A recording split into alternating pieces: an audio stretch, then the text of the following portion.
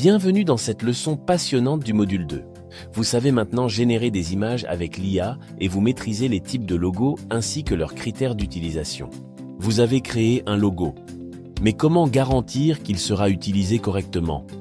Comment assurer que toutes les communications restent cohérentes?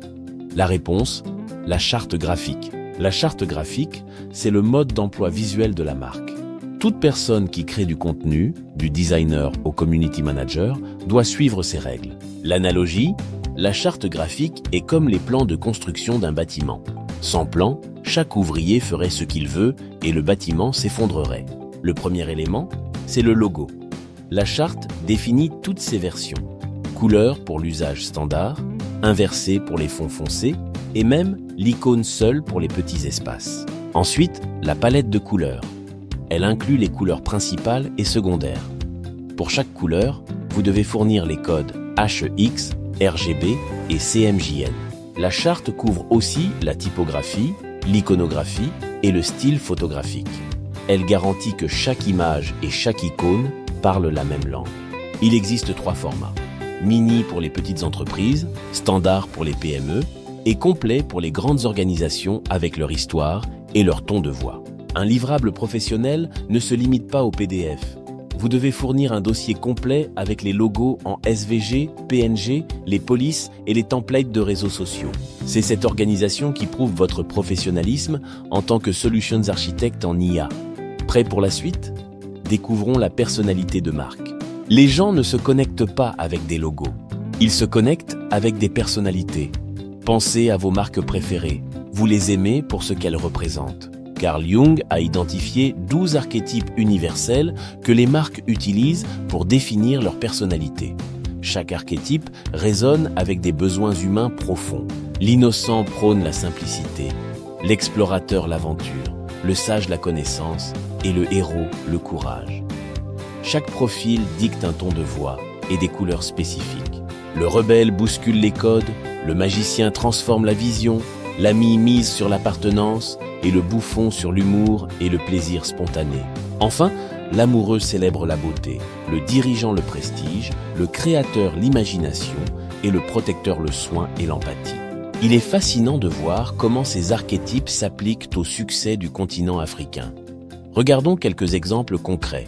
MTN est l'ami accessible à tous. Dangote incarne le dirigeant par son prestige. Safaricom est le magicien de la finance mobile et Ethiopian Airlines l'explorateur. Le ton de voix, c'est la manière dont la marque s'exprime à travers les mots. C'est la personnalité traduite en communication verbale. On le définit selon 4 dimensions. Pour documenter le ton de voix, définissez ce que vous êtes et ce que vous n'êtes pas. Par exemple, accessible mais pas familier, expert mais pas condescendant. La cohérence verbale est aussi importante que la cohérence visuelle. Elle crée un lien de confiance durable avec votre audience. Passons à l'univers visuel. L'univers visuel d'une marque, c'est bien plus que le logo. Le logo, c'est la partie visible de l'iceberg. En dessous, il y a tout un univers. Style photo, illustration, motifs et textures. Cet univers définit votre style photographique, vos motifs récurrents et l'ambiance émotionnelle. C'est ce qui rend la marque identifiable au premier coup d'œil, même sans logo. Le brief de marque est le document stratégique qui précède toute création. Il définit qui est la marque avant de définir à quoi elle ressemble. C'est la fondation. Il y a 7 questions essentielles. Pourquoi l'entreprise existe-t-elle? Où veut-elle être dans 5 ans? Qui sont les clients idéaux? Quel archétype lui correspond? Prenons l'exemple de Baobab Digital. Leur mission, aider les entreprises africaines avec des solutions innovantes. Leur archétype, le magicien de la transformation digitale. Maintenant, assemblons tout ce que vous avez appris dans un workflow professionnel complet. Voici comment se déroule un projet de branding de bout en bout. Ce workflow vous garantit de ne rien oublier et de livrer une qualité constante à vos clients. Regardons le détail des premières phases. La phase 1 est le brief pour réunir les infos. La phase 2, la recherche pour analyser les concurrents. La phase 3 définit l'identité, archétype, ton et palette. Viennent ensuite la création du logo, la compilation des règles dans la charte et enfin la déclinaison sur tous les supports réels. Au total, un projet complet avec l'IA prend entre 2 et 5 jours. Sans l'IA, un designer traditionnel mettrait 2 à 4 semaines.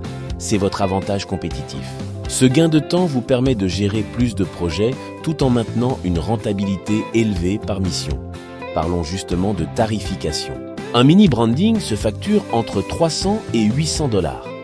Un branding complet entre 1500 et 5000 $ selon le marché et la taille du client. Pour réussir, utilisez les bons outils, Leonardo ou Midjourney pour l'IA, Figma ou Canva pour la vectorisation et Google Slides pour le partage. Vous avez maintenant la méthode complète des pros. Dans la dernière partie, nous ferons la synthèse finale avec votre checklist de branding. Récapitulons tout ce que vous maîtrisez maintenant. Vous avez parcouru un chemin impressionnant dans l'univers du branding. Vous savez identifier les types de logos, utiliser l'IA stratégiquement, construire une charte graphique, définir des archétypes et maîtriser l'univers visuel et verbal. Utilisez systématiquement cette checklist, commencez par le brief, justifiez votre archétype et documentez précisément votre ton de voix. Assurez-vous que le logo est vectorisé, les déclinaisons créées, la charte graphique compilée et le pack de fichiers prêt pour le client. N'oubliez pas les tests de lisibilité. Rappel essentiel. Le branding professionnel commence par la stratégie avant le visuel. La cohérence entre tous les éléments est ce qui fait la différence entre un travail amateur et un travail professionnel. Félicitations! Vous êtes maintenant capable de construire des marques complètes et professionnelles pour vos clients. Dans la prochaine leçon, nous aborderons la création de contenu pour les réseaux sociaux. Merci d'avoir suivi cette leçon. À très bientôt.